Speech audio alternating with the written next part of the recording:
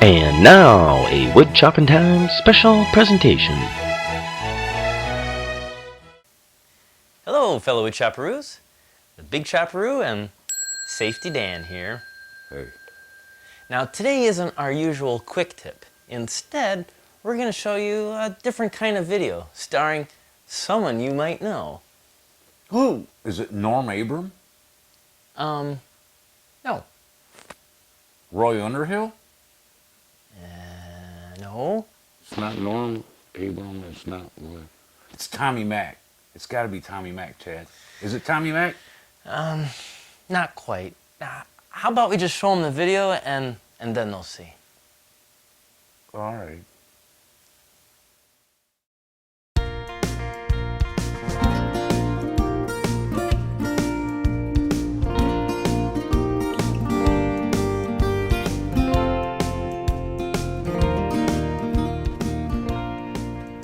Oh, good morning. Hey, I was just heading down to my neighbor Dan's house. Summer's just about here and I'm trying to get my yard and garden in shape. I'm told Dan has quite the green thumb, so I want to see if he can help me with my plants.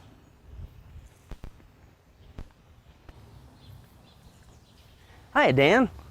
Chad, I was just going to give you a call. Oh, really? Yeah, I wanted to see if you could give me a few ideas. I want to buy a plant stand for my wife's flowers, but I can't find anything I like. Tell you what, I'll help you with your plant stand if you could help me with my plants. Sure, you got a deal. Okay, here's what I got for the plant stand. This is a scaled down model of what I plan to build. There's 3 levels for the plants and it can be folded up and stored away for the winter season.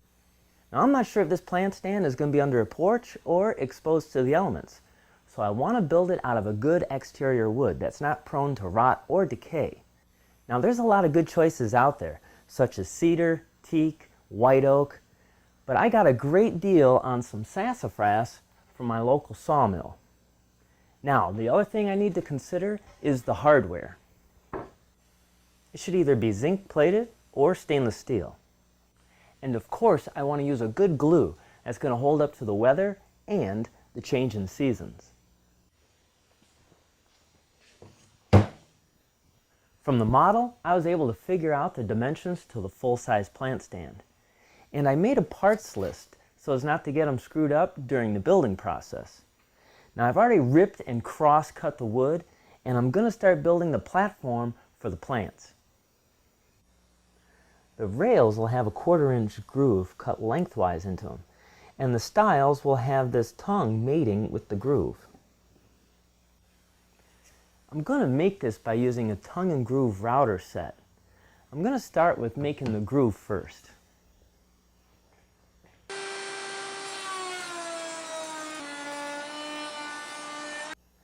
Next, I need to make the tongue on the rails.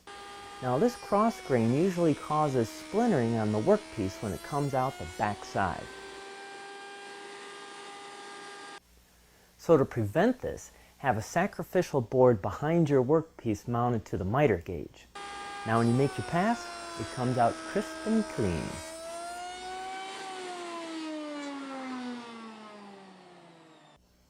As I mentioned before, this plant stand is probably going to be exposed to the elements, so I'm using a Type 2 water-resistant glue. I want to make sure I get the glue spread on both the tongue and the groove.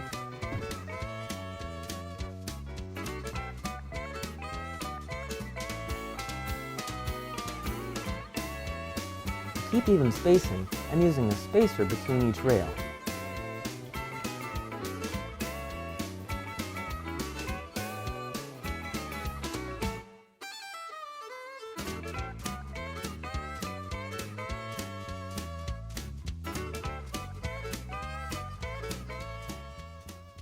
Now I got these clamped up and I'll just set it aside to dry. The legs are next. Now the placement of these holes are really important. So once you've measured correctly, I'm going to clamp them together with some blue tape and then I'll drill them at the same time. Oh yeah, and one more tip, make sure you have another sacrificial board underneath your workpiece so as you don't drill in to to your bench top.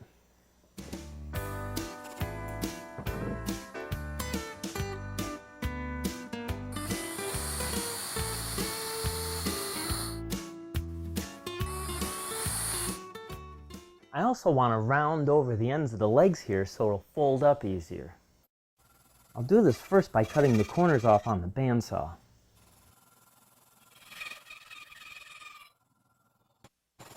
And then I'll finish rounding the edges on the disc sander.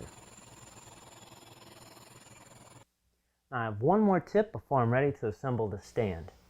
Even though I'm using a good exterior wood, the legs are still going to be exposed to constant moisture in the ground.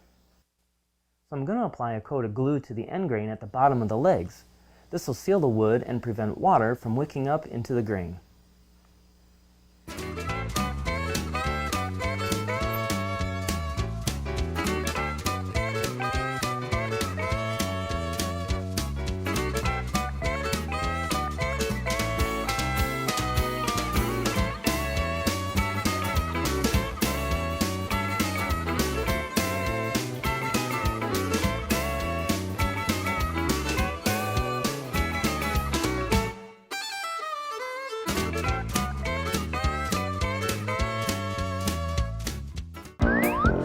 Well, what do you think? Not too bad, huh?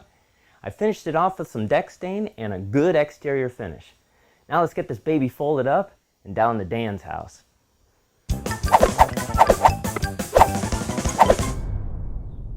Well, here you go, Dan. What do you think? That's great. It's exactly what I was hoping for. And I think my wife's gonna love it. Oh, and I have something for you too, Chad. Wow, you are good, Dan. Thanks. And thank you for joining us today. Come back next time and see what's going on in our neighborhood.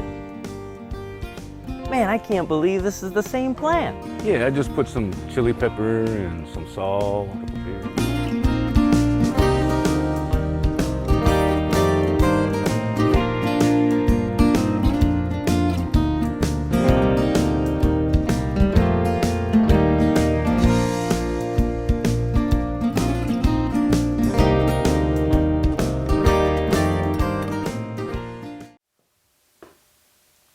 Well, what'd you think? Not bad, huh?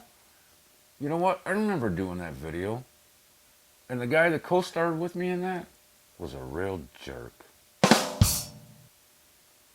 Well, if you like what you saw, subscribe to us on YouTube. Or you can join us on Facebook.